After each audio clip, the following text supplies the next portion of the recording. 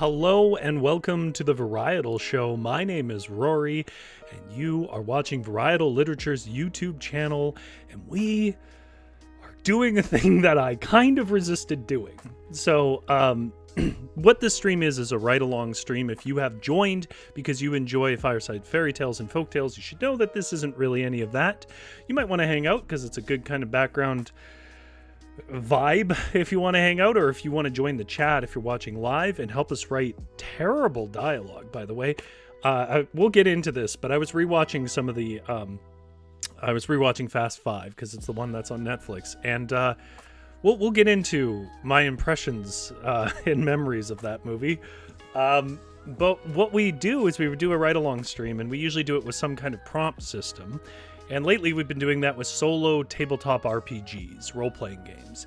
And what that means is dice and... Oh, do I not have my dice? You know what happened? Smudge got into my stuff, and I don't have my dice.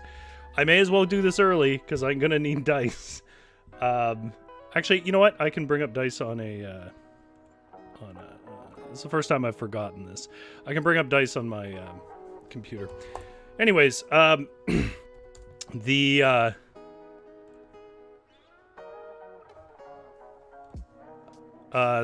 point of the okay, just making sure it worked all right.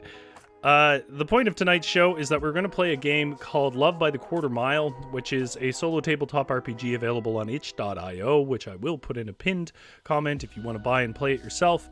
It's very bare bones, but we are going to try and write sort of a scene for like a Fast and Furious movie. Effectively, we're going to be making kind of Fast and Furious fan fiction.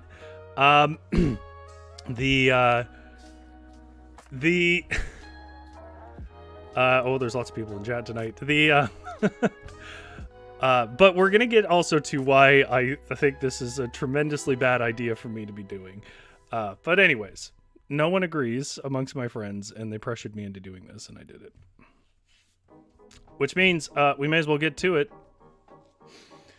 Lit games is the core of the show. It is literature games, is what it stands for, but they're also known as solo tabletop RPGs, lyric games, expressive games, all sorts of things. And they are where we write together. I'm going to bring up a Word document. We're going to write together. And the game that we're playing tonight is, again, called Love by the Quarter Mile. It is on itch.io. It is a one-page tabletop RPG, which means pen and paper, keeping stats, whatever else. And it involves a character who will have 3 stats, which are fast, furious, and family. We'll get to how those stats work in a minute.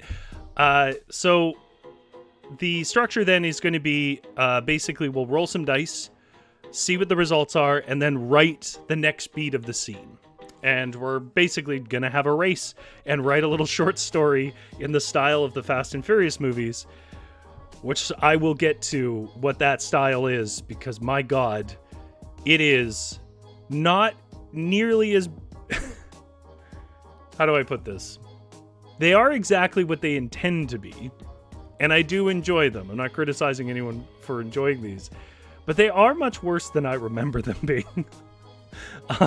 And I'll explain what I mean by that. Worse is the wrong word, but for lack of a better word, they are not exactly the way I remember them.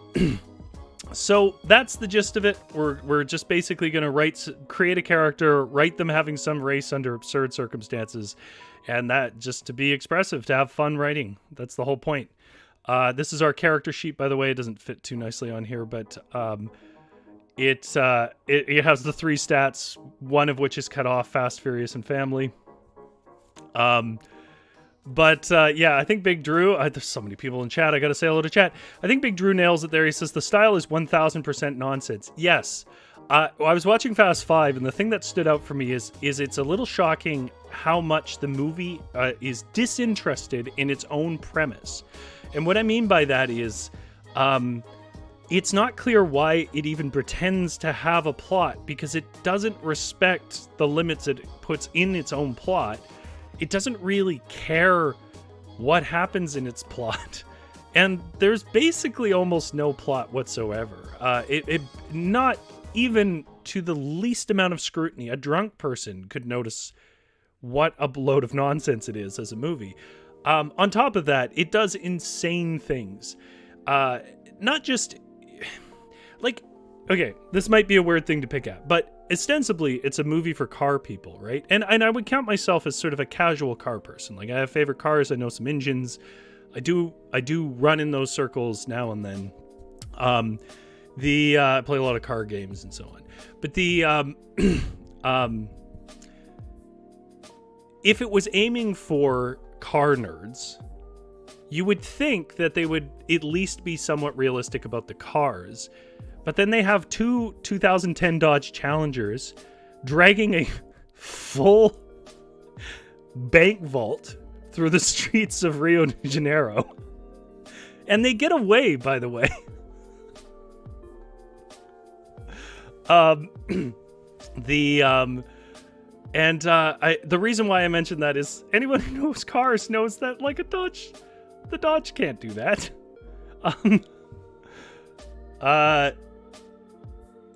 Big Drew says there isn't much story, it's just action and fighting in cars. There's more story than you remember. I was a little surprised at how many scenes were stretched out dialogue sections of people being very self-important. I'm mentioning all of this because not everyone will have seen these movies. The one thing I will add, though, here is there is no depth of corniness in the lines that you could choose as you help me write this that wouldn't fit. And to make you feel better, if you're like, I think maybe that's a little much or whatever, I'm going to give you some quotes from Fast Five in order of how hard I laughed when they happened. I should say they're not really played for laughs, most of these. There is one moment where The Rock, as roided up as he's ever been, with his team of DEA agents that look like they've done nothing but weightlift for the last...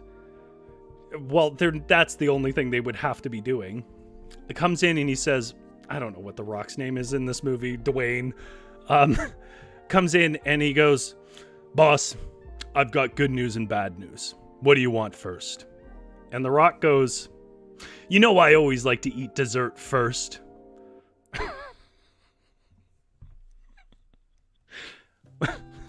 Which is a line that needs to enter regular rotation, really. The other line is the line that was in the ad I remember at the time, but I'd forgotten about it until it came up in the movie again. And that is, this just went from Mission Impossible to Mission in freaking Sanity. And they say freaking, by the way. I'm not censoring myself. These hardcore international criminals say freaking. And the other thing that stood out for me was, again, this is just me kind of getting the style across to people who might not have seen these movies in a while. This is the last thing I'm going to say about it, and we'll get to the game and writing. The last thing I will say is, I don't remember Paul Walker, who I think that was the last one he did before he died. I don't remember him being so unemotive. He never really does anything with his body or his face. I remember him being more charming than he came across in Fast Five, and I don't know if that's just Fast Five because for whatever reason Netflix doesn't really have any of the other movies up, just Fast Five, which is a weird moment. But yeah, I mean, he barely talks, and when he does, he barely articulates. Everyone kind of talks like they have marbles in their mouth. Family. That's a good summary of every scene. Okay, so that's just to remind you a little bit of the style of this show. This is the kind of show where they would like tape a car to a rocket, literally. There's no level of absurdity. GS says because he's good looking just to look pretty, but he was the lead. And he was the lead when the movies weren't as absurd. Like the original movie is sort of, God, I've been talking about this too long, but the original movie was basically Point Break, but cars. And it took itself relatively seriously. It wasn't trying to be too ungrounded, I guess I should say. It was sort of a guy infiltrating this quarter-mile illegal racing scene. By the time you get to the 5th one, they're like internationally wanted criminals that are taking on drug lords. And by the time you get to like the 7th, 8th, or 9th, I think they work for some secret service agency. Like the extent to which the series has no sense of its own boundaries is what's so charming. So that's the movies. That's the style. So now we can see if we can recreate it. Big Drew says, for the record, I enjoy the heck out of the movies. I do too. I mean, I think I dropped off after about 5 or 6. By the way, those movies have been around for 22 years. They've been making those movies. Yeah, I do enjoy the movies. I know what they're meant to be. I just was a little bit more goofy than I remembered them being. So the first thing we need to do is come up with a character. Now, there are a few archetypes in the movie, and none of them are particularly ones I want to tackle. Most of them are really reductive versions of LA racial groups, LA versions of racial groups. Like, it's sort of like, you're an LA black man, you're an LA Latino. That's kind of the whole character for a lot of them. But at root, what it usually is as a character is everyone is on edge all the time and about ready to punch everybody, but they're also completely sentimental all the time and ready to hug anybody at any time. So, what's our character's name? The way that this game structures it is you give the gist of the character, what they're motivated by, their conviction, and then extra tags are just sort of personality traits, 2 personality traits we add on. But first and foremost, we need a character name. The main character, by the way, is Dom Toretto. That's what Vin Diesel plays. His sister, I forget her first name now. Character Danny Zuko. How about Zuko Toretto? The cousin that never made it into the movie. Zuko Toretto. Yeah, I mean, I'm open to ideas here. The other thing is we have, I believe it's 5 points that we can disperse amongst our stats. Just making sure on the number of points. Yeah, 5 points. Each stat gets at least 1. Fast is about racing. Furious is about fighting. And so Furious like measures how much like damage you can take. It's kind of constitution. And family is like, well, I don't know. It's like talking. Big Drew says, can we just pluck existing characters and put them in here? Sure, if you don't mind me not doing them any justice, because I don't remember who they are. Okay. So, as far as fast, the way this is for racing. The way it works is each racing, you will roll against one another, and track these numbers round to round. In the end, whoever rolls highest wins. You can also use fighting to like try to knock a person out. You don't only have to use fast for your racing stat. You can explain how Furious or family are helping you in the race. You can use those.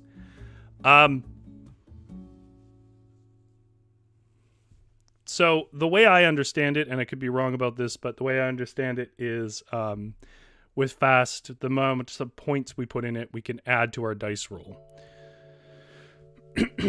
So we have 2 extra points we can put out there. Why don't I just make the decision for you? Too Fast, Too Furious. Which is the second movie, which is the one movie that has basically nothing to do with the rest of the series. I think Gloria mentioned that they were, it's a drifting series for some reason. I think originally it was supposed to be like action movies set in car culture. And then the second movie didn't do too well. And so they just turned it into kind of the A-Team, but with car guys. Okay. The gist. Zuko is,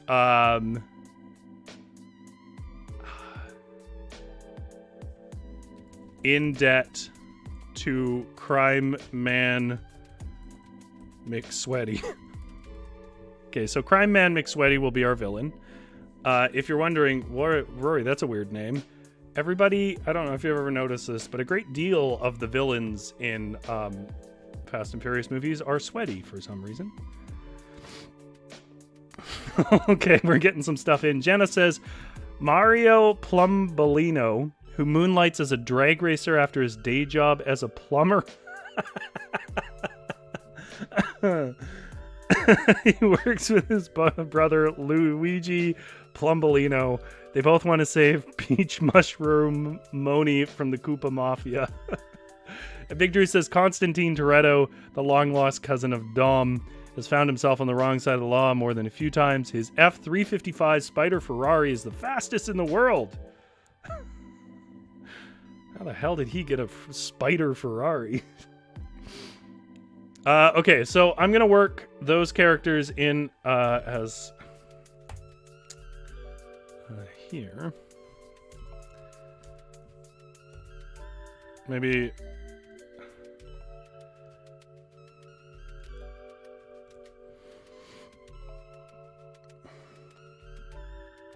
Gloria says, wow, his sweating is a medical condition. Have some sensitivity. I think really all it is just they're trying to make... You know what the movies are like? It's like if you tried to write a movie about crime and law enforcement, but your only research was films from the 80s. That's 100% what the movies feel like. They're like a sort of 10-year-old's understanding of those things, and that makes it a lot of fun. But it is literally stuff I would have come up with as a kid when I was playing with sticks in my backyard. Okay.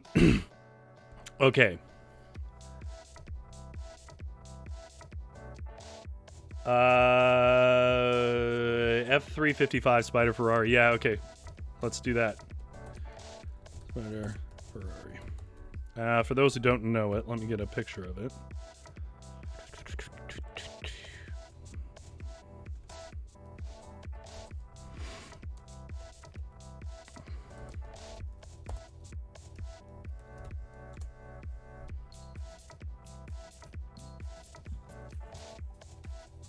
Although I imagine at this point, if this is sort of the Ferrari that people think of when they think of Ferrari. That is an F355 Spider Ferrari.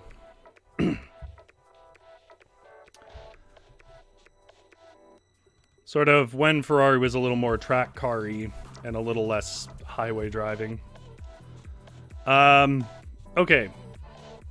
So... I'm going to give us a little bit of structure here. We need the intro to the conflict. This is like the closest I'm ever going to get to some storytelling classes, so, you know, buckle up. We need an intro to the conflict, which has to be on style, yelling at each other, and shoving people into walls.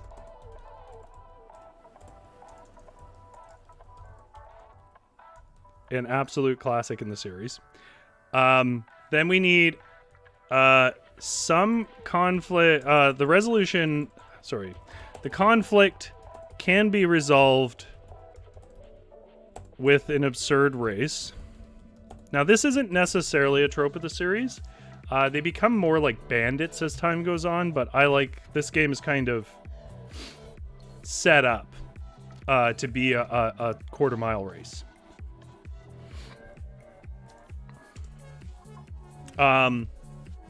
Resolution. Honestly, and you may not remember this about the movies, but the movies have a lot of really unearned tragic moments. Like just some character they forgot about for several scenes comes back to die, and we're supposed to care about it. Like that's a really common thing. So resolution, tragedy, but still ultimately victory.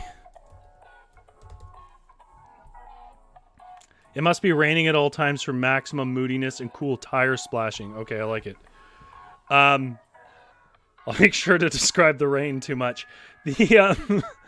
Okay, this is the basics, but then all the sweat will wash off the villain. These are the basics of any basic like scene construct in your classic Fast and Furious. There's an intro to the conflict. The conflict can be involved with something that amounts to a race, whether you would frame it as a race or something. And then there is some tragedy, but still ultimately victory.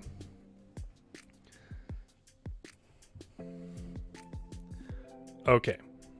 So we need the opening conflict, and since I've kind of established that Constantine, we'll call him Constantine Con Toretto, busts into the room. So here's scene one. Dom's long lost cousin Con. Well, it's already stupid. Look, if you're still watching, this line tells you what's coming, so, you know, make your own choices.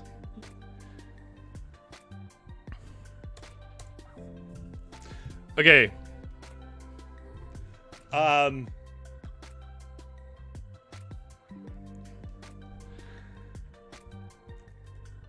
Dom and The Rock. I don't know his name. He's just gonna forever be The Rock. Dom and The Rock are working on his 1970 matte black. That's not how you spell matte, Rory. Matte black Dodge Challenger. A car, by the way, that they chose to be his iconic car when they mainly did quarter-mile drag stuff. And then they were trying, obviously, for a couple of movies there to work it into these scenes that required more complexity. The thing about a Dodge Challenger is it doesn't go anything but a straight line. So eventually they kind of come up with excuses as to why other cars could be used and his wasn't. Is it Hobbs? Oh, I think I did know that. Okay. Dom and Hobbs are working on his 1970 black Dodge Challenger in his... I think it's Hobbs as well, Big Drew. They're in an abandoned warehouse. That's right. It has to be in an abandoned warehouse. They're just... The cheapest place to film is what it is. But that like 90% of those movies are people yelling at each other in warehouses. Dom and Hobbs are working on his 1970 matte black Dodge Challenger in an abandoned warehouse somewhere in LA.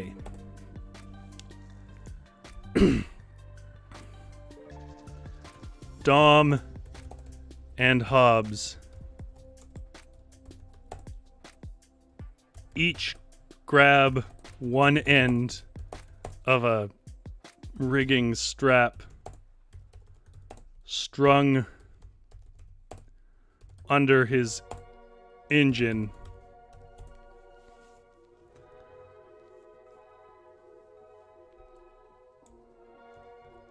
Dom sweating profusely from his bald head. Grunts and says, "You sure you can? You sure you can? You got this, Hobbs."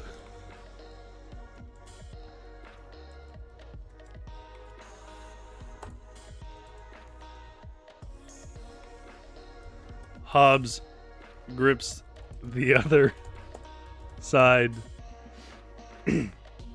Oh yes, I'm getting Big Drew says Dom's car is a gray Charger. I was just watching it. I swear it's a matte black. Is it really gray? I'm gonna look it up now. I'm desperately curious. Dom's Charger.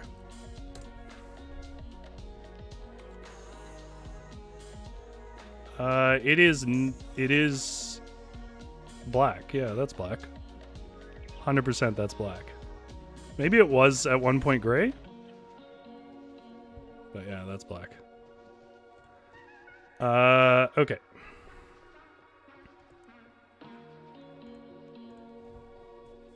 Dom, sweating profusely from his bald head, grunts and says, "You sure you got this, Hobbs?" And Hobbs grips the other side, clenching. It is gloss, I see that. I think in Fast 5, I swear it looked matte, but maybe it's not. Which would make sense because they were filming in a tropical area. Like a sunny Mexican area, and, well, Brazil ostensibly, but I'm sure they weren't actually in Brazil, I don't know. I imagine the gloss, because I noticed they didn't take a lot of, like, dark-colored high gloss cars in that. I imagine they don't film well in that setting. The, Hobbs grips the other side, clenching his massive biceps into a curl and says, "We gonna do this or what?"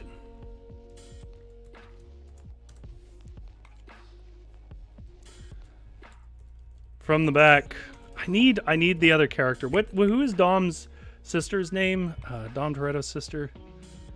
I don't even know if they said it in the show.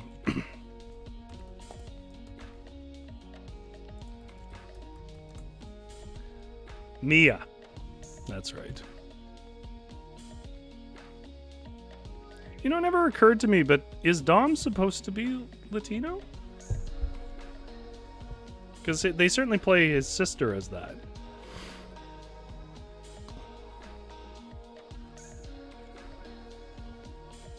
She's Princess Peach now. Okay, we're gonna do this or what?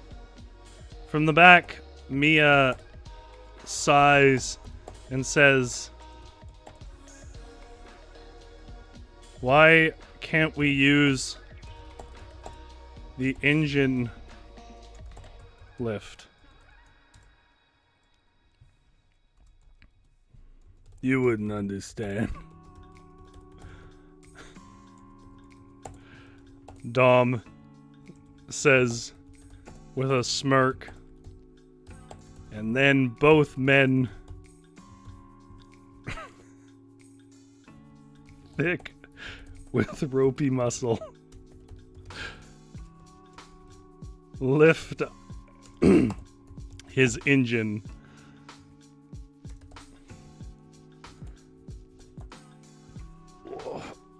Big Drew says Letty is Dom's lady. Is that the one? Doesn't he have more than one? Honestly, I've completely lost track of the lore on this series.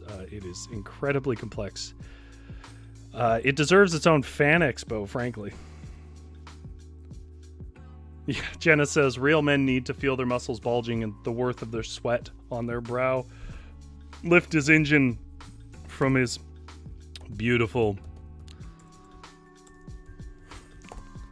black machine.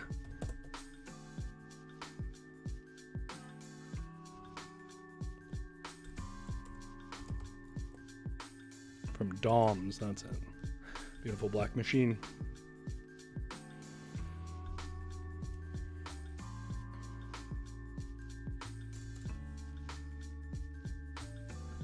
Unexpectedly, maybe surprisingly, suddenly, Dom lets the straps slip from his hands. Hobbs is only just able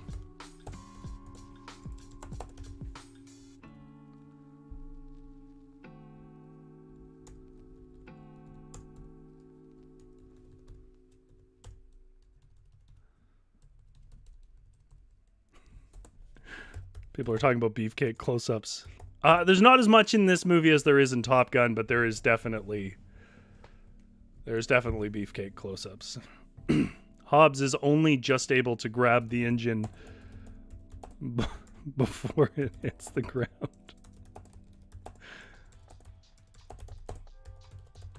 Dom is staring forward with his jaw hung wide and says, "You got some nerve." Walking in here.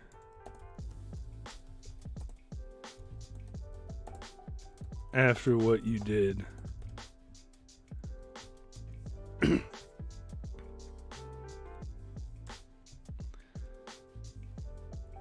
Mia and Hobbs still holding the Challenger's engine block. Oh, sorry, Charger, right?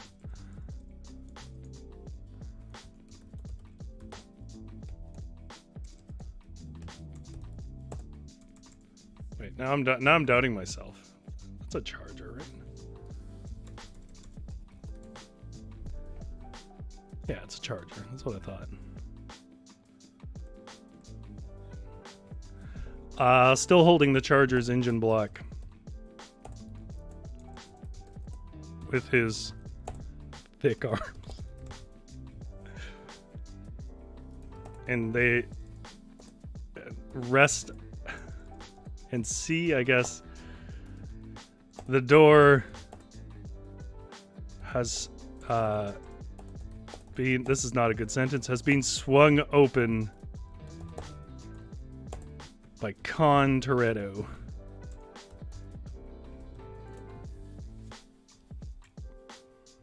Long estranged cousin to Dom Toretto.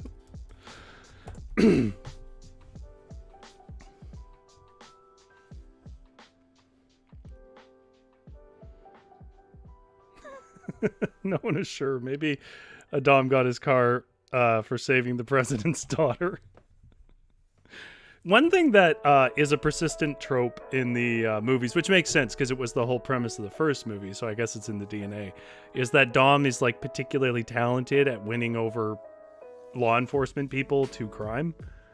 Like he touches their heart so much that they commit open crimes, often federal offenses.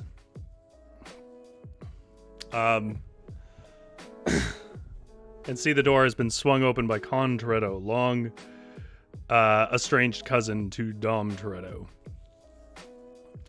Mia and Hobbs still.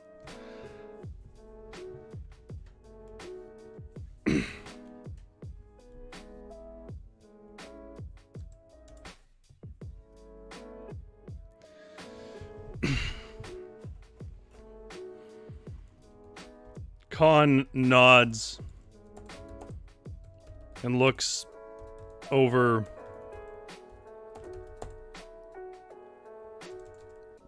Dom's car, running a finger across it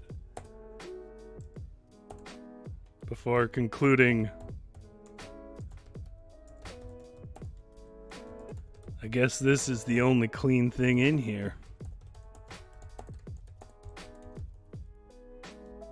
Cause, by the way, if any point in the movie, and this is one of the sort of things about this movie, at any point, if you could say that word in a slang way, they do. Like they'll rarely ever say cops. They'll say like brass or something like that. Like is it at every turn if there's an opportunity to use some slang, they'll use it. Okay, I guess this is the only clean thing in here, cuz. Don't dirty now that your filthy buttocks has touched it. They don't really swear in the movie. It's I guess their way of appealing, because it is sort of a younger person's movie, frankly. Jenna says, "Hey, that's a nice piece of work you got there. Where you get her? A garage sale?" I think I can work that line in, yeah. Now, if you're wondering, like, my God, guys, we're going to run out of time. One of the things that happens in this series a lot, hard cuts. Just, you get the premise, we're there. Which is, admittedly, what you want from an action movie. She says air freshener is a strip of bacon. Dirty now that your filthy buttocks has touched it. Buttocks is not gonna work here. Your filthy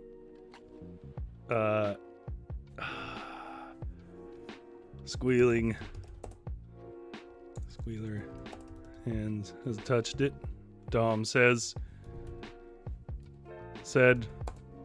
clenching his fists and scowling. I had a kid I had to feed. Dom. What happened to family? Khan says.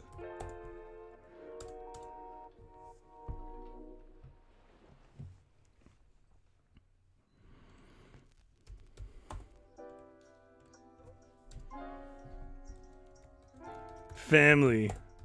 This is literally about 30% of the movie is dialogue like this, by the way. Just back and forth. People building one-ups on each other until finally someone slams someone into a wall. Family don't squeal on family. Dom scowls.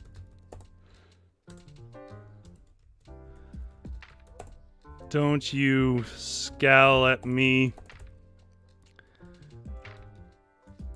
I did what any of us would have done. Khan says, pointing his finger at Dom's chest.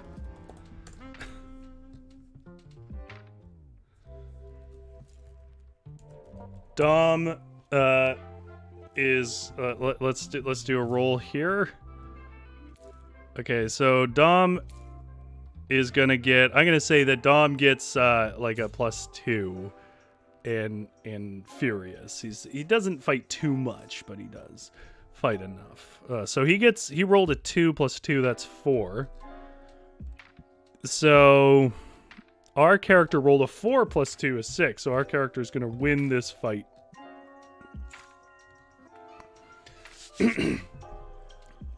Dom shoves Khan up against the dirty concrete wall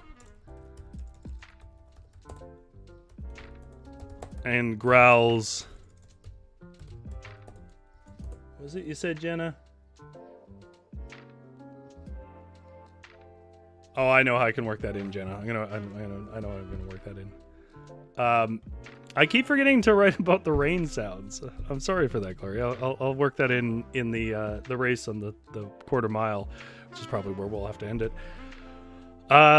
Dom shoves Khan up against the dirty concrete wall and growls, "Now don't you go smearing my name like that. I'd never turn my back on my family. Not even for family."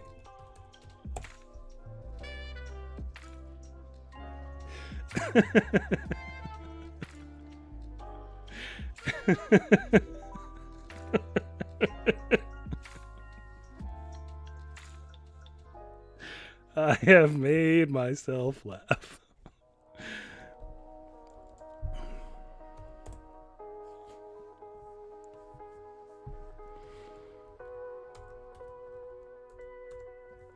But Khan quickly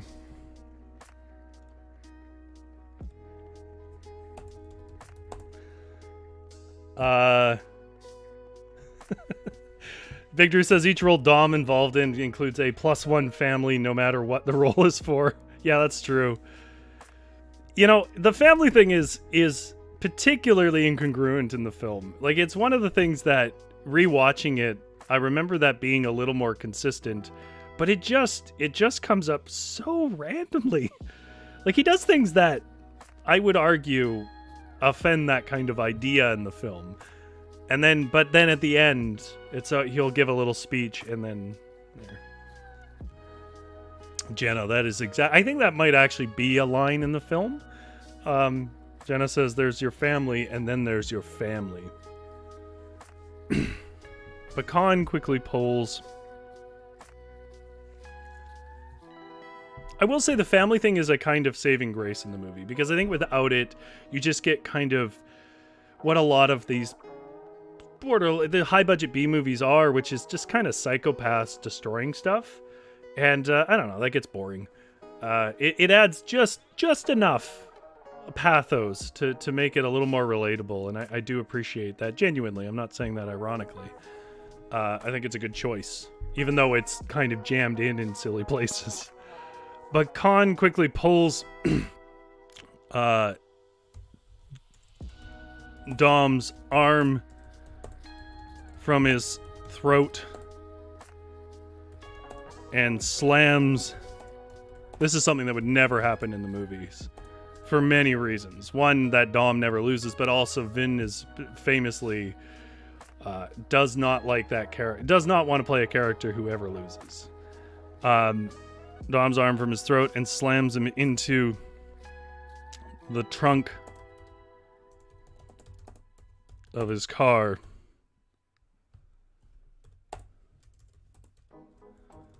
You always were strong, cuz. But not as quick as me.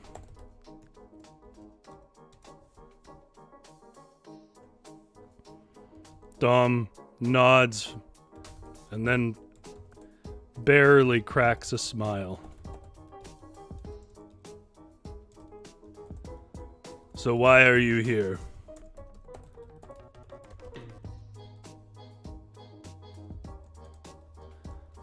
I'm in some bad debt. And I gotta win a race. But I don't got the car.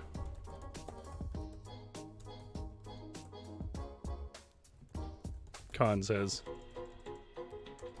I think my tenses are all over the place here.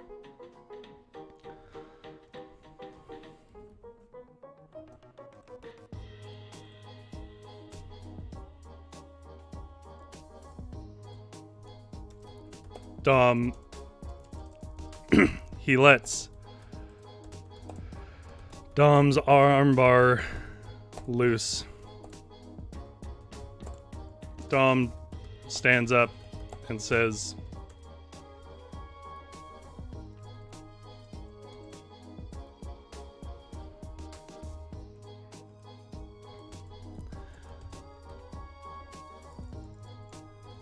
"Why don't you check out a garage sale?"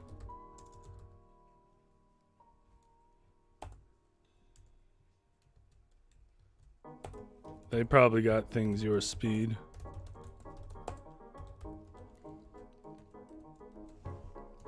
It's serious, Dom.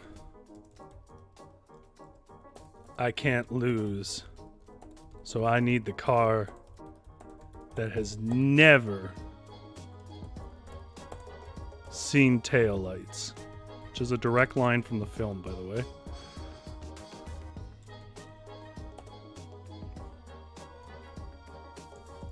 Khan growls.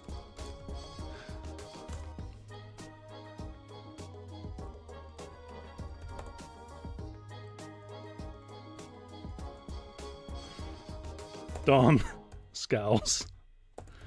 And then, with a sniff, says, "There's family. And then there's family. Let's get going, fam."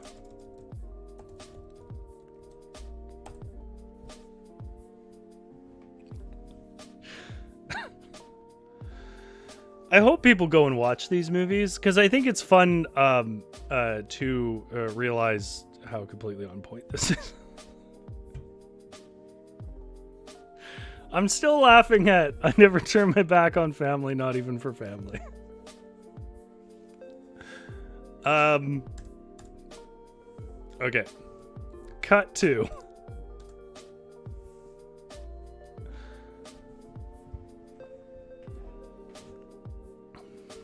Okay. The rain is coming down in sheets. Nearly as thick as the sweat on everyone's brow as cars rev by the start line in a bizarrely empty LA street during twilight hours.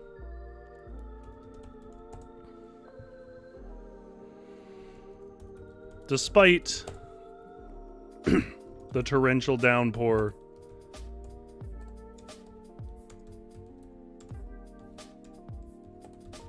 women in silver belly tops are prepping are setting up to start the race.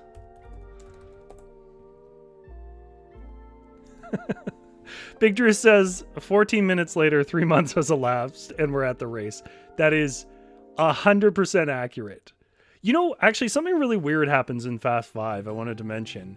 The whole point to me of watching these movies is really racing, right? It's watching cars go fast. And I think they do the car stuff quite well, to be honest. They have a lot of little like Easter eggs for people who know cars. And but they in Fast 5 there's this moment where he goes with his Challenger to race a guy for a Porsche because they need something that corners better. Like it's a plot point that Dom's car is useless in a corner. And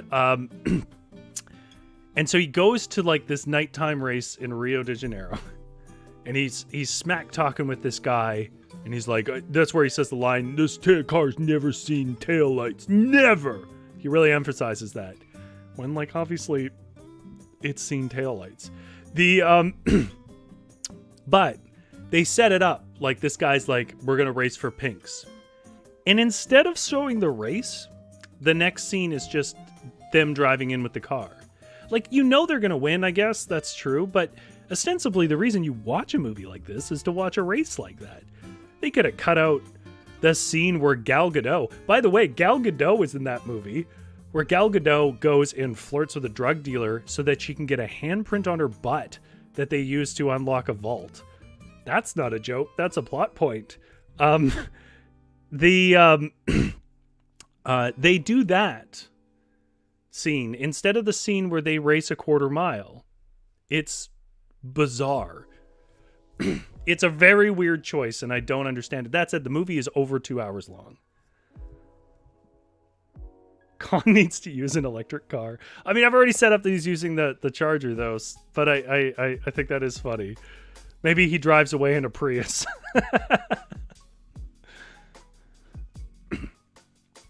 Despite the torrential downpour, women in silver belly tops are setting up to start the race. All right. This is for pinks, boys, says a man nearby that runs the event, the race. Neither Dom nor Con ever learned his name.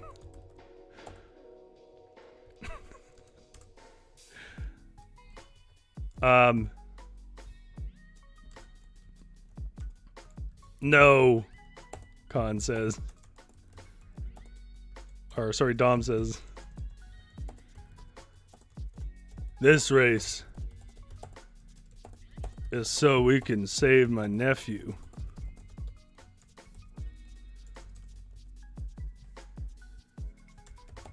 Right, Con?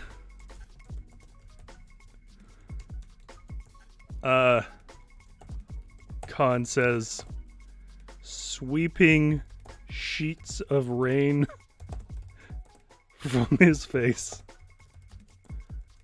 No, I need to pay debts. This is a race to pay debts.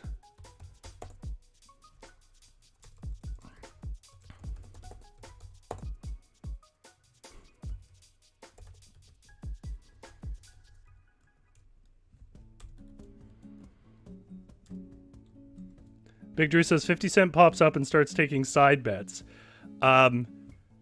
Big Drew, remind me about 50 Cent at the end of this. I don't think we'll get that far, though. I have an idea, but I know I'm going to forget. I don't think we're going to get that far. Jenna says, what is Pinks? I see someone already answered, but if you don't know, Pinks, again, in the movie, if they can say things in a slang way, they will always. Pinks are registration for your car, and so most of these, in the movies anyways, I'm pretty sure this isn't quite the way it works on the actual track, underground racing scene. I'm sure this happens, but I don't think it happens as consistently as it does in the movies. They do drag races for each other's cars. So, like, if they win, they get that person's car. And that is the main sort of logic of it. Again, I don't doubt that happens. I just doubt it happens with the consistency that it happens. I think for the most part, people just race in streets. I don't think... I mean, maybe they bet money.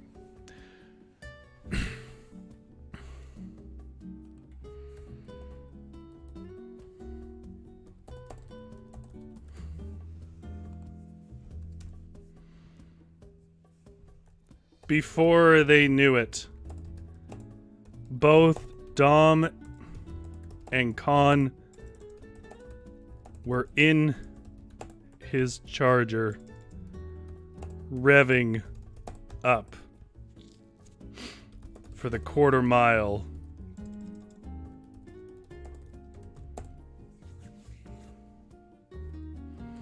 Across from them, what did I call the villain? Is Crime Man McSweaty, that's right.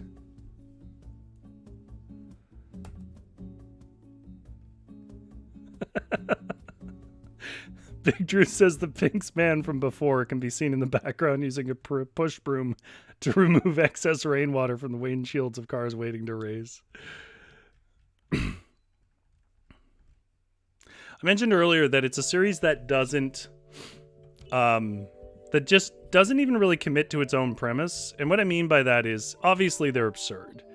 And obviously they're there for entertainment. But they go out of their way to set up things like, in Fast 5, there's this chip, and there's something they have to accomplish. But they just, within like 2 scenes, will throw most of the premise of that out the window or undermine it in some way. And it kind of didn't matter. Like, I know it's a Fast and Furious movie. Who cares? You don't go to them for plot. But it is funny to me to go to the effort to make a plot and then actively undermine your own plot. It was a weird choice. Still a fun movie. Across from them is Crime Man McSweaty, who laughs and says, if you don't... I don't know why I went with this voice. If you don't get... Big Drew says I like silly nonsense racing movies. I do. I guess I found myself struggling to understand the tone they were trying to achieve. Like, I think I had always originally watched them as they must be aware of what they're doing. But then when I was watching it today, I was like, I don't think they are. I think they're dead serious about this. At least Vin is. If you don't get me my money by midnight, your family is my property. Dom's head snaps over to Khan in the driver's seat and says, your family's on the line.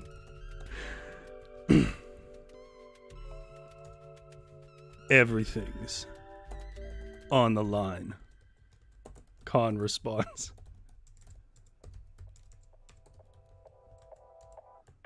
Dom claps him on the shoulder and says,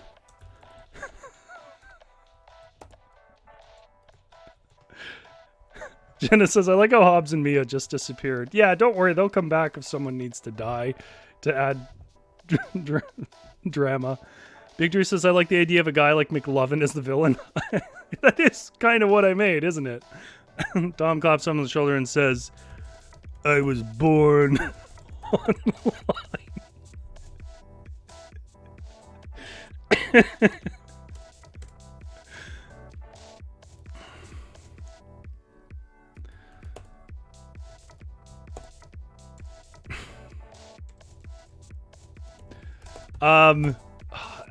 There was something I wanted to do to work in your Mario character, Jenna, but I think we're already at an hour, and I want to at least have some of the race in here. Now, I will say, in the game, races typically take 10 seconds, 1 second per round, and so you're supposed to do 10 rounds. Obviously, I don't have time to do that.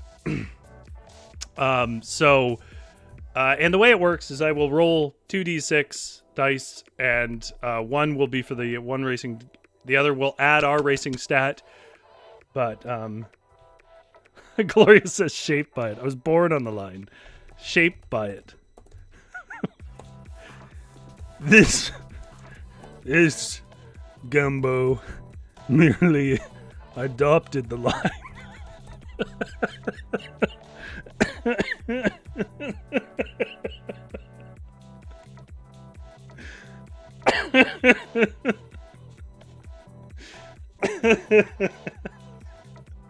For those who don't know, this is a reference to the third Christian Bale Batman movie.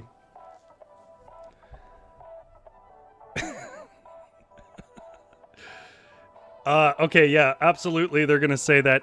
So the structure of a scene, because I was watching it a little more critically because I wanted to try and capture some aspects of its style today. That's why I was watching it again. And the structures of the scene is everyone is always one-upping each other with increasingly, frankly, corny lines until at some point the scene just stops. And so this is in keeping. Big Drew has done a very good job giving me a great quote here.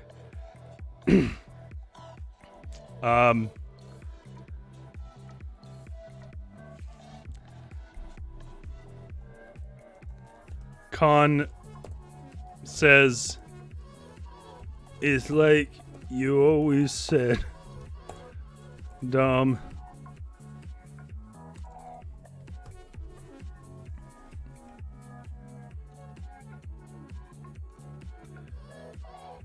Come on, there we go. Family is racing family, and racing is family too, but family racing for family is family more.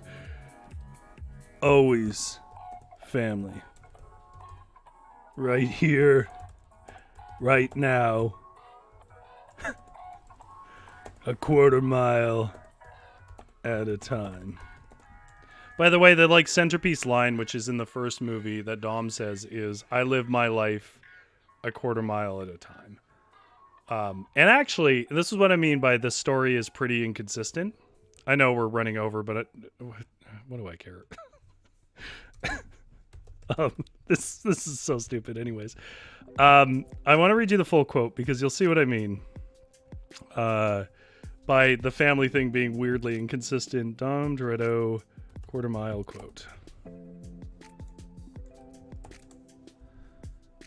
I live my life a quarter mile at a time. Nothing else matters. Not the mortgage, not the store, not my team, and all their bullshit. Though those 10 seconds or less, I'm free. Which, by the way, the team is what he calls his family. So in the opening movie, his central character premise is all I care about is the race. And then, he steals and stuff to allow himself to do it.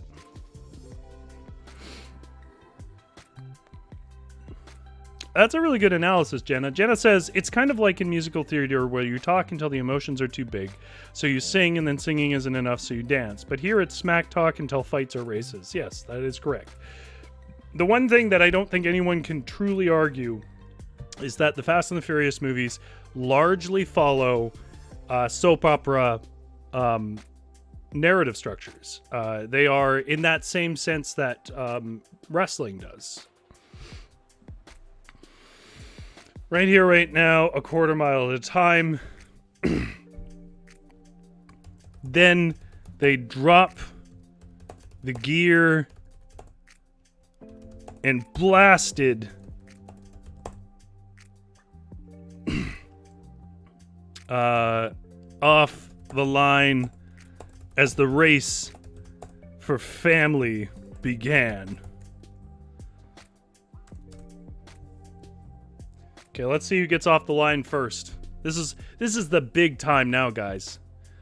Okay, so our first roll, and I think we have 2 in fast. Oh, it's a good one. It's a 7. Crime McSweaty, Crime Man McSweaty, I think is gonna have a 1 in fast. I think he's not as good with it. So 7 versus 5. So they get off the line, and then they're gonna say a line that has stuck in my head for 20 years. 20 years. The broad, manly charger bursts from the line ahead of Crime Man McSweaty's. You know what? Here we go. Something for the car people. PT Cruiser. Yes, Big Drew, that is the least controversial thing anyone has ever said. The Fast and Furious franchise is WWE for car people. And I noticed you said WWF, and man, does that speak to our age. I sometimes still call it WWF, and people are like, the charity for animals? And I'm like, I'm so old. But then again, from the time that the first Fast and Furious movie came out to now, someone could have been born and graduated university. That's how old you are. PT Cruiser. Now, here's the thing. For the most part, everything is subjective. Art and whatever else. Not everything, but when it comes to kind of art and preferences. But the one thing I will say, the one sort of opinion that I don't think is subjective, is that the PT Cruiser is terrible. It is. I'm just being antagonistic. PT Cruiser. PT Cruiser.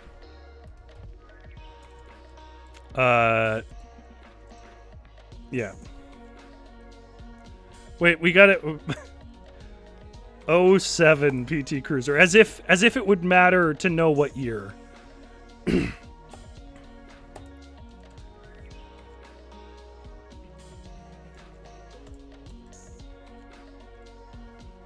The broad manly charger bursts from the line ahead of McSweaty's Crime Man McSweaty's 07 PT Cruiser. Dom shouts, "Cut!" This is the line I remember. "Can't be granny shifting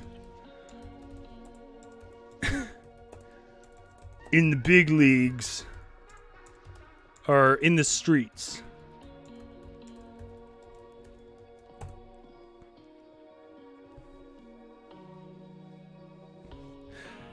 GS says, "I'm embarrassed for McSweaty. Apologies to all PT Cruiser." Jenna says, "I thought that Tokyo Drift was the first one." Oh, did you? No. Okay. So, I don't know if anybody remembers this, but it is, strongly implied. I'm trying to remember. What is the one? There's one where Dom dies. I can't remember if that's the first one. And I can't remember if it's implied or literally there, but I think it was definitely no one expected a franchise to come from the Fast and Furious with consistent characters. It was still going to be about underground racing scenes. And the second one had pretty much none of the original characters. And it was about a different kind of racing scene in Tokyo. But it didn't do very well, and so they just retconned people back to life. Like I said, this series has lore. Dom shouts, "Can't be grand and shifting in the streets." Khan is scowling and slams into third, spinning the wide Pirellis. I don't know if you would ever put Pirellis on a Charger, but it's the name that came to mind. The wide Pirellis into a puff of blue smoke. This thing twists more than a Twizzler. Dom, you just gotta know how to handle her.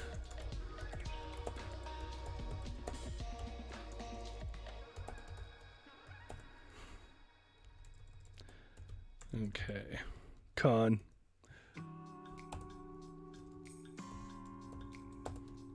Dom smirks. Okay. We got to do the next part of the race. So rolling again for us first, +2. That is a 1. So we rolled a 3. I'm actually going to roll for force this time. I think Crime Man McSweaty's going to do something illegal. Big Drew says, wait, the P2 Cruiser has the motor and transmission of a Plymouth Prowler. Yeah, I believe so. And it's lifted and on the chassis of a Jeep. It's been renamed the PT Bruiser. Oh, you mean like... Are you saying that it's based on that? Because I feel like they came out at the same time. I think they share ideas. Honestly, I've never looked into the engine of a PT Cruiser because the outside told me what I needed to know. I did have someone try to sell me on a cruiser once. But I think what you're saying is modified with a Plymouth Prowler engine. The Prowler at least had a design. Okay. So with the violence option, the Furious is a 5. So here's what's going to happen.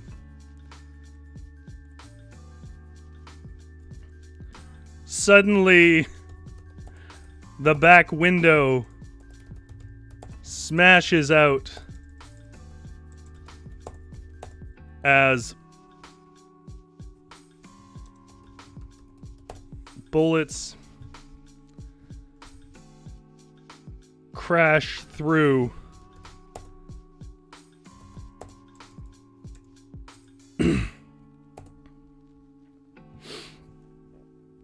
Crime Man McSweaty.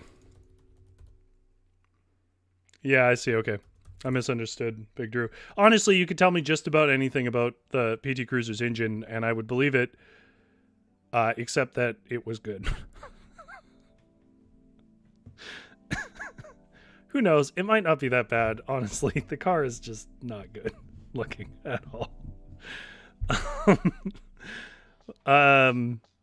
Smashes as bullets crash through it.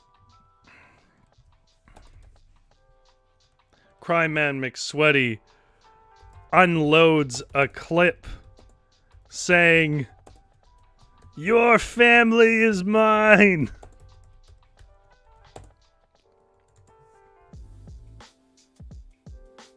All right, the rainwater. Thank you, Big Drew. Letting in a deluge of fresh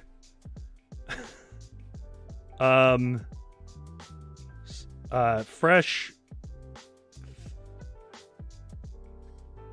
flowing rain on his leather seat.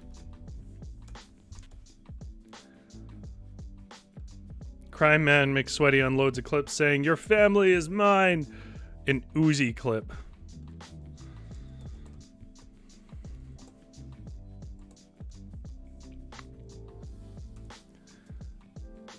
Khan is hit. His blood staining the steering wheel.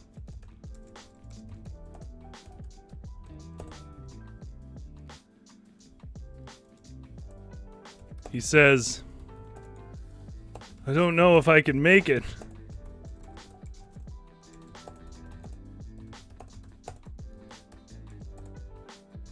Big Drew says, I worked on cars professionally for almost a decade. Okay, so you would know a lot more than me then. The PT is verifiably trash, yeah.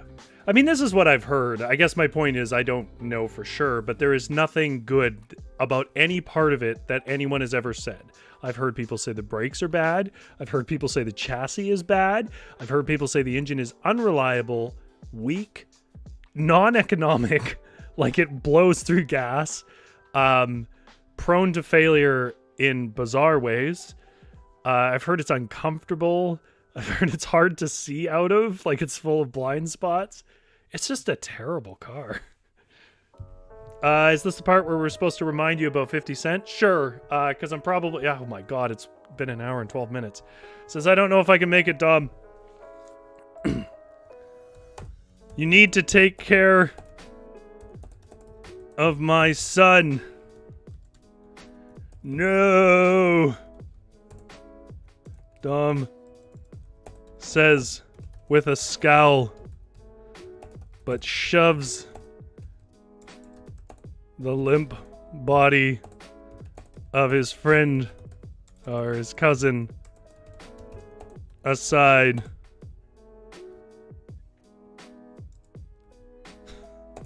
And says, that's a terrible sentence.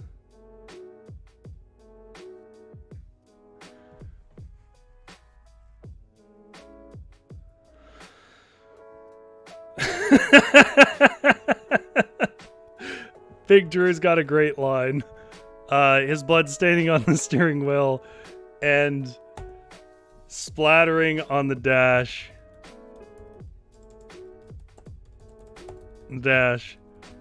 Like some rain inside the car.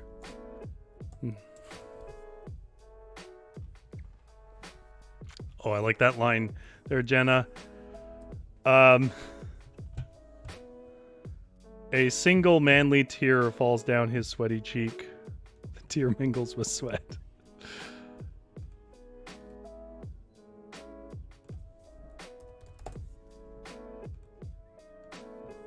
I will race for family.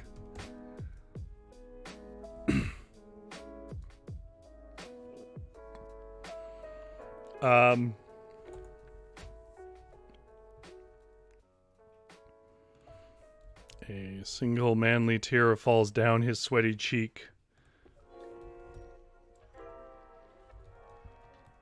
mingling with his sweat.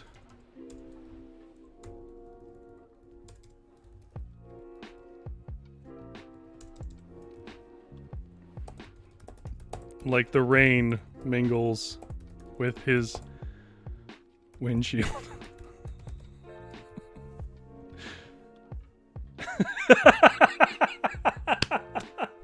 Big Drew says Dom's face starts to rain as he moves his cousin's lifeless body out of the way.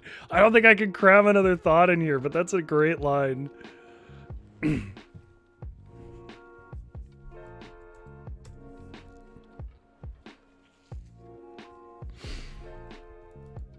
Dom flips open the engine blaster button. His secret fuel store that is like nitrous times 1,000.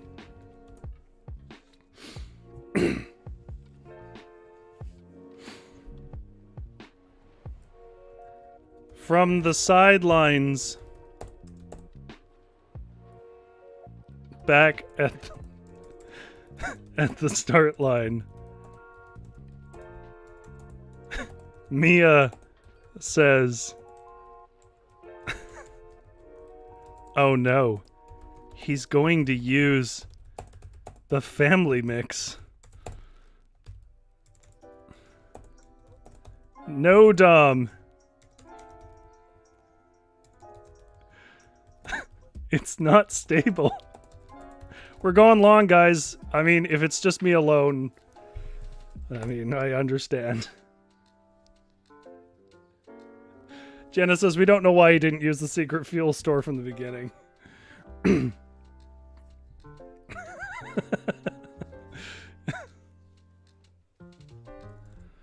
Dom's face begins to rain. There, I found a way to fit it in. Begins to rain as he ignores Mia. And I'm purposely not addressing the logic of her even being able to be heard. Because the movie doesn't. It cuts to people in situations where they couldn't possibly hear each other. Like, they do this thing where when they're racing each other, they'll cut between the cars and they'll be talking. But they don't have walkie-talkies. They don't have microphones or cell phones on. So there's no reason why they would hear any of this, and yet they respond in a way where it kind of only makes sense if they are somehow hearing each other. And says, for family.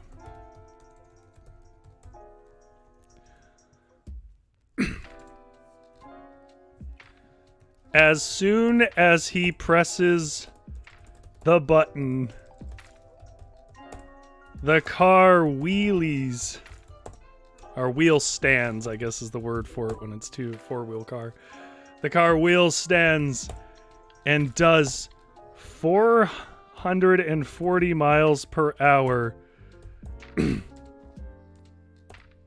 in 2.1 seconds before exploding in a massive fireball. But Dom was ready.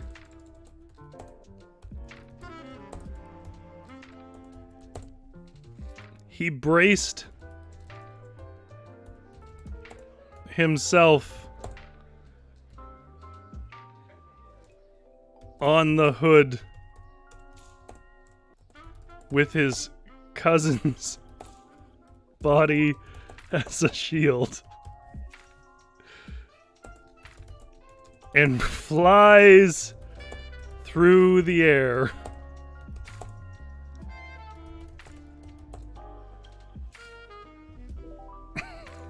Oh, I kicked the camera. Everyone's talking about how they love how they just hide things till the end.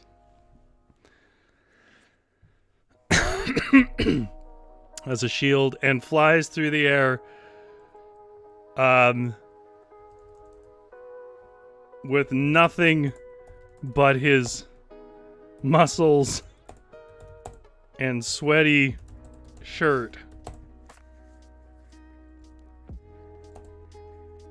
Streaming smoke as he finally lands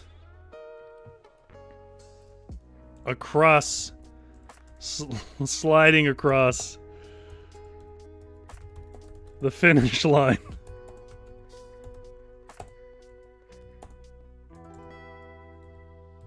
Narrowly, I'm not rolling for this, who cares?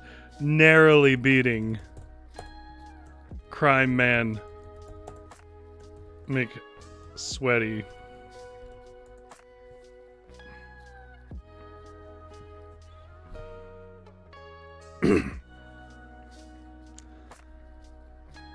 The impact pops the bullet from Khan, who gasps back to life.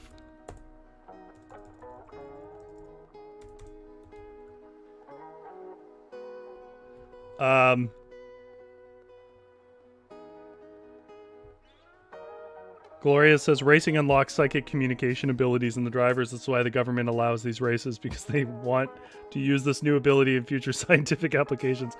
Gloria, you're too creative for this series. They wouldn't explain it. In fact, I would say one of the central comedic appeals, whether it's intentional or not, of the whole series is how little it bothers to explain anything.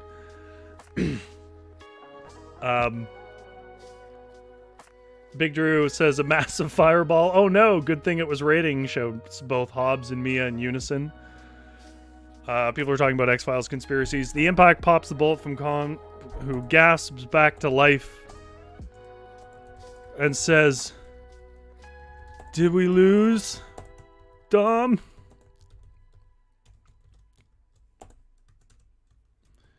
"We never lose. Because we're family." Dom responds, before being helped from the ground by 50 Cent, who says,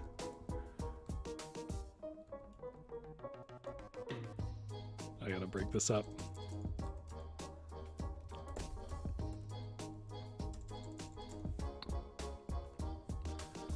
"Dom, I came to thank you for starting my rap career.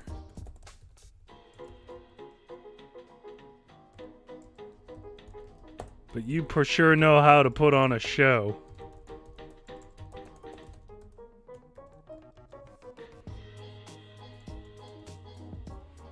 "I sure do," says Dom.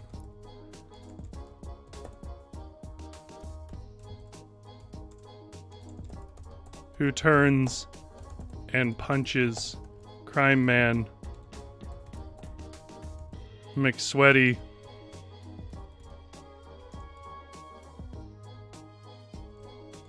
Crime Man McSweaty. Don't worry, we're right at the end here. Crime Man McSweaty spits the blood out and says, "Guess I kinda deserved that."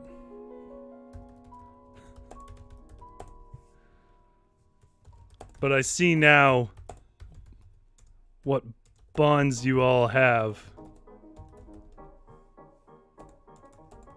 And I want to join.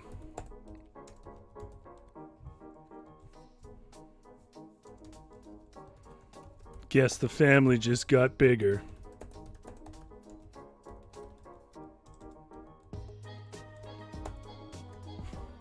Dom says, and hugs Crime Man in the rain with his very thick biceps.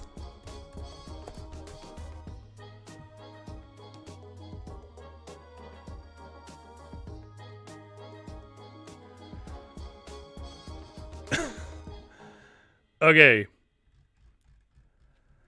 Wow, I don't feel proud that this is one of the longer episodes I've done. Let's be clear. Gloria says, add in a timely sponsor promo as 50 Cent thanks Dom. That's true. 50 Cent is shameless. Okay.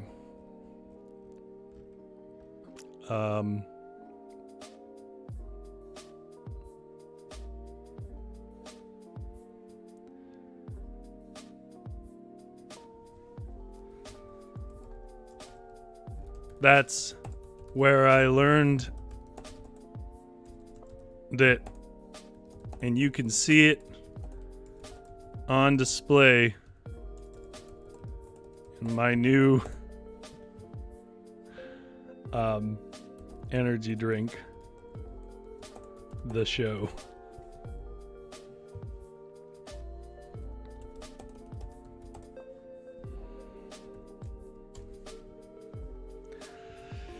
It is art. That is technically true, Jenna, but we did just write 10 pages of basically Fast and the Furious fan fiction, which can't be a burgeoning industry, to be honest.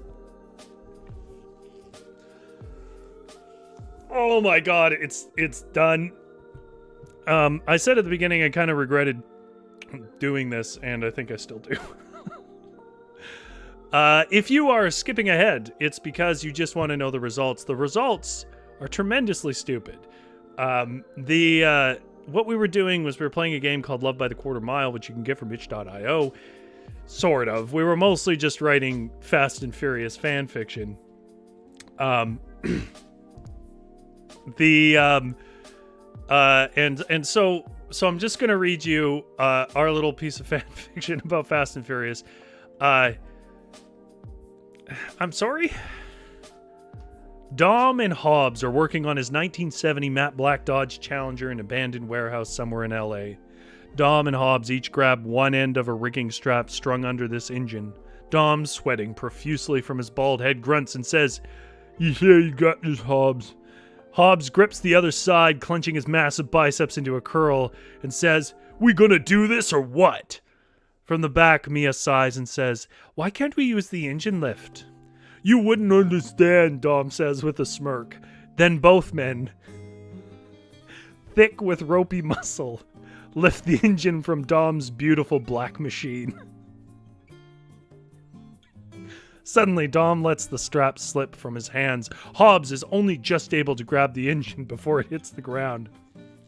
Dom is staring forward with his jaw hung wide and says, "You got some nerve walking in here after what you did." Mia and Hobbs, still holding the Charger's engine block with his thick arms, turn and see the door has been swung open by Con Toretto, long estranged cousin to Dom Toretto. Con nods and looks over Dom's car, running a finger across it before concluding, "I guess this is the only clean thing in here, cuz." "Dirty now that your filthy squealer hands have touched it," Dom said, clenching his fists and scowling. "I had a kid to feed." "I had a kid I had to feed, Dom." "What happened to family?" Con says. "Family don't squeal on family," Dom scowls. "Don't you scowl at me. I did what any of us would have done," Con says, pointing his finger at Dom's chest. Dom shoves Con up against the dirty concrete wall and growls, "No, you don't go smearing my name like that. I'd never turn my back on my family, not even for family." But Con quickly pulls Dom's arm from his throat and slams him into the trunk of his car. "You were always strong, cuz, but not as quick as me." Dom nods, then barely cracks a smile. "So why are you here?" "Sorry. Why are you here? I'm in some debt. I gotta win a race, but I've got the car," Con says. He lets Dom's armbar loose. Dom stands up and says, "Why don't you check out a garage sale? Probably have things your speed." "It's serious, Dom. I can't lose." "Lose? So I need the car that has never seen taillights," Con growls. Dom scowls and then with a sniff says, "There's family, and then there's family. Let's get going, fam." The rain is coming down in sheets nearly as thick as the sweat on everyone's brow as cars rev by the start line at a bizarrely empty LA street during twilight hours. Despite the torrential downpour, women in silver belly tops are setting up to start the race. "All right, this is for pinks, boys," says a man nearby that runs the race. That should have been Mario.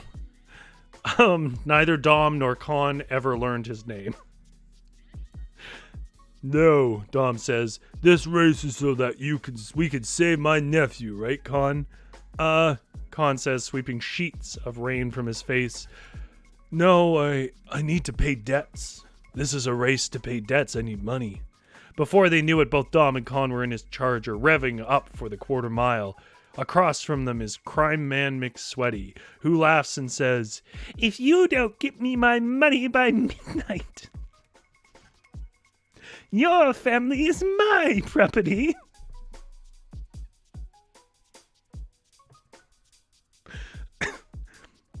Dom's head snaps over to Con in the driver's seat and says, "Your family's on the line?" "Everything's on the line," Con responds. Dom claps him on the shoulder and says, "I was born on the line, shaped by it. This gumbo merely adopted the line." Con says, "It's like you always said. Family is racing family, and racing is family too, but family racing for family is family more. Always family, right here, right now, a quarter mile at a time. Then they dropped the gear and blasted off the line as the race for family began. The broad, manly charger bursts from the line ahead of Crime Man McSweaty's '07 PT Cruiser. Dom shouts, "Can't be granny shifting in the streets." Con is scowling and slams into third, spinning the wide Pirellis into a puff of blue smoke. "This thing twists more than a Twizzler, Dom." "You just gotta know how to handle her, Con," Dom smirks. Suddenly, the back window smashes as bullets crash through it, letting in a deluge of flesh-flowing rain on his leather seats. Crime Man McSweaty is unloading an Uzi clip while saying, "Your family is mine." I think it's the voice from Princess Bride, the indubitably. I think that's what I'm doing. Con is hit, his blood staining the steering wheel and splattering on the dash like some rain inside the car. He says, "I don't know if I can make it, Dom. You need to take care of my son." "No," Dom says with a scowl, but shoves the limp body of his cousin aside and says, "I will race for family." A single manly tear falls down his sweaty cheek, mingling with his sweat like the rain mingles with his windshield. Dom flips open the engine blaster button, his secret fuel store that is like nitrous times 1,000. From the sidelines back at the start line, Mia says, "Oh no, he's going to use the family mix. No, Dom, it's not stable." Dom's face begins to race as he ignores Mia and says, "For family."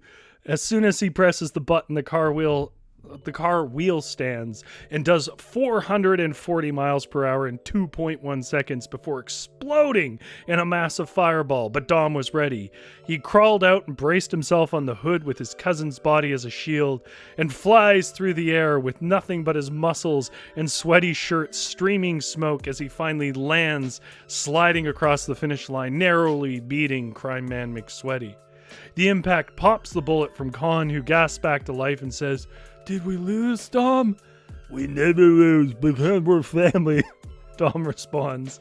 He is helped from the ground by 50 Cent, who says, "Dom, I came here to thank you for starting my rap career, but you sure know how to put on a show. That's where I learned it, and you can see it on display in my new energy drink, 50 cents the show." "I sure do," says Dom, who turns and punches Crime Man McSweaty. Crime Man McSweaty spits the blood out and says, "Guess I kind of deserve that. But I see now that what bonds you all, and I want to join." "Guess the family just got bigger," Dom says, and hugs Crime Man in the rain with his very thick biceps. I've done some bad things on this show. I think this might be the worst one. I don't say that lightly. I can't think of a worse thing I've done.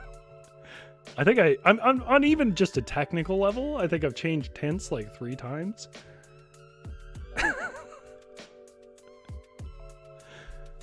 All right. Good Lord. What am I doing? Big Drew says Wallace Shawn is the villain.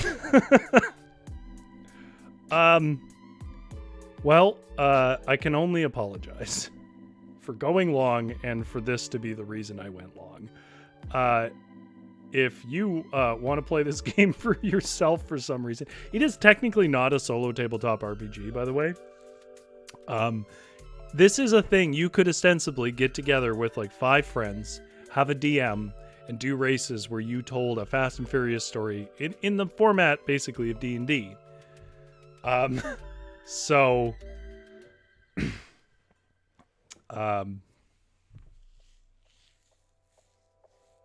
like, I got nothing to add other than I apologize.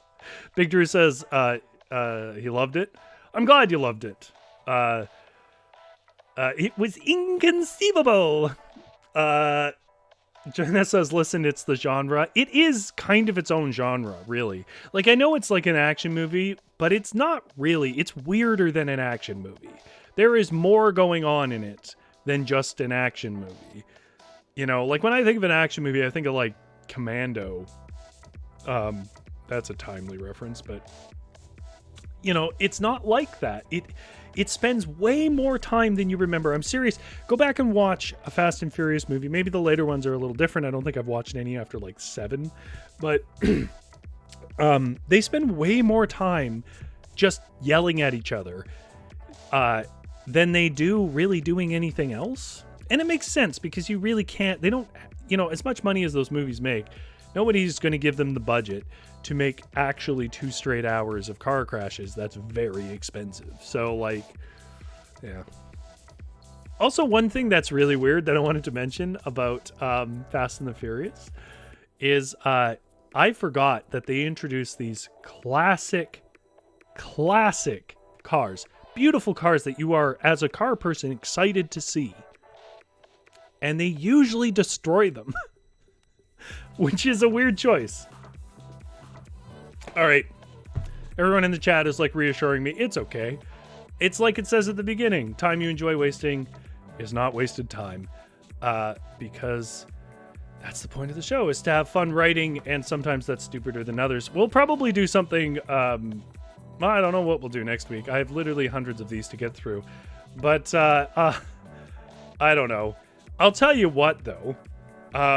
If we hit 150 subs, we're at like 105 right now. If we hit 150 subs, I will return to this. How about that? If people really like this, I'll do a part 2. Though I won't look forward to it.